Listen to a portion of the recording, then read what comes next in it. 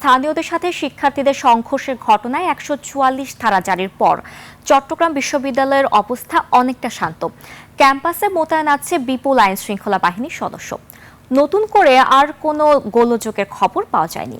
বিশ্ববিদ্যালয় ক্যাম্পাস এবং পার্শ্ববর্তী জোবরা গ্রামে আইন শৃঙ্খলা বাহিনীর টহল জোরদার করা হয়েছে।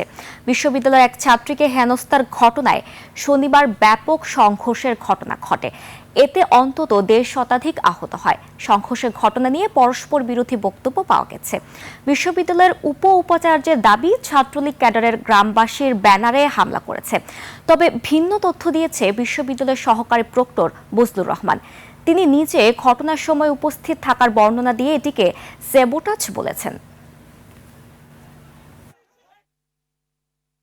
দুইজন ছাত্র, আমি তাদেরকে চিনি না। একজনের বডি ভালো এবং চুল একটু সে, আরেকজন হচ্ছে শুকনা করে দাড়িটা একটু খোঁচা খোঁচা এবং চুল অনেক বড়। এই দুইটা ছাত্র ওরা স্যাবোটেজ করে নিজেরা। আমি পিছনে ছিলাম, কোরবান স্যার ছিলেন, আমাদের আইসি ফারে ছিলেন, পুলিশের 4 জন সদস্য। এটা সত্যি ফোর্স কম পেয়েছি। আমরা যখন আসি তখন ওরা নিজেরা হঠাৎ করে রাস্তার পাশ থেকে 2টা ইট নেয় হাতে এবং সেগুলোকে রাস্তার মধ্যে ভাঙে এবং বলে, স্যার আমাদের উপর হামলা হয়েছে। 100% সত্য কথা আমি বলছি সবার উদ্দেশ্যে। ছাত্রলীগের ক্যাডাররা যখন বড় বড় ক্যাডাররা এখানে ঢুকে ঢুকে হেলমেট পরে কোনো কিছু নাই। এখনো